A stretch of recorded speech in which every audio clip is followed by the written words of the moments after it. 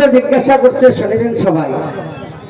মঞ্চে ভেলাজ যে ছেলেটার নাম, তার বাড়ি কোথায়, তার বাবার কি কর্ম ছিল, তার মায়ের নাম কি, বাবার নাম কি, আমার কাছে জিজ্ঞাসা করছে। তার বাড়িখানা ছিল বয়দা শহর অন্তর্গত। 1200 খ্রিস্টাব্দে মনসুর এবং তার বড় বোন আয়না, এই দুজনের জন্ম এবার গ্রহণ হয়। মনসুরের বাবা ছিল জঙ্গলের কাঠরিয়া।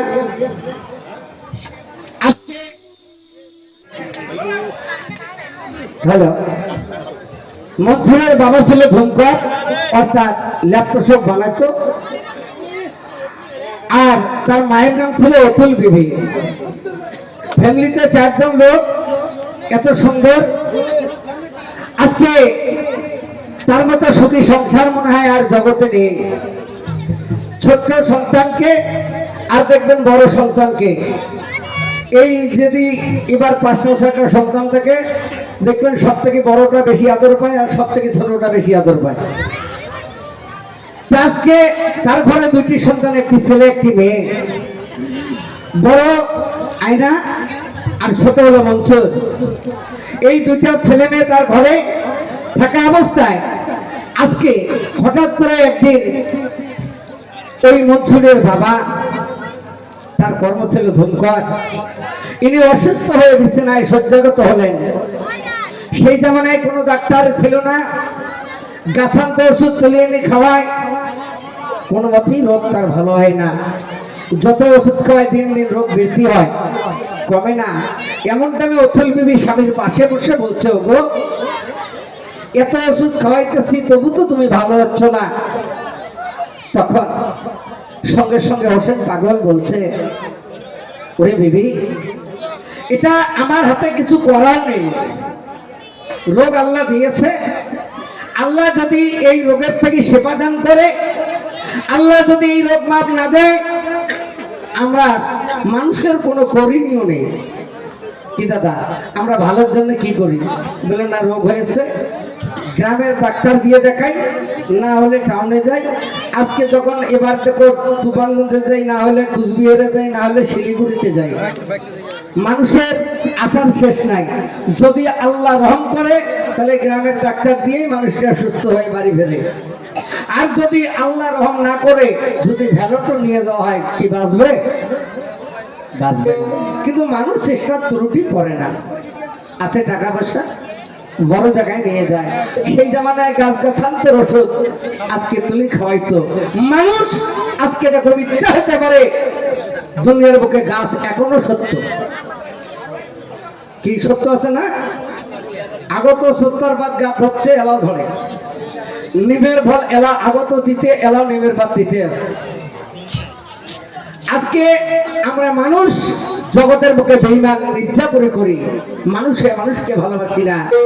যখন এইভাবে অসুস্থ হয়ে পড়ে গেলেন, যাওয়ার পরে সঙ্গে সঙ্গে আজকে বলতেছে, ওগো তুমি এই অবস্থায় আছো, একদিন যদি কর্ম না করো, পেটে আমার কোনো দানা যায় না, অন্ন যায় না।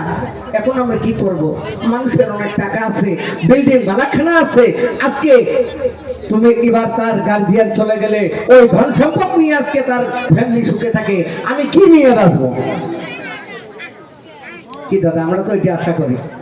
বলে না, আমি চলে যাব, আমার বাচ্চা কাচ্চার জন্য কিছু সম্বল রেখে যাই।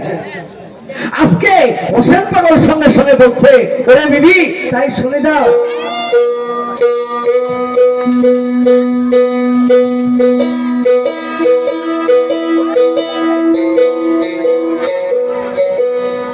ওরে সারিয়া 5 তলায় নামতে হবে গাছতলায়। আরে বাবা,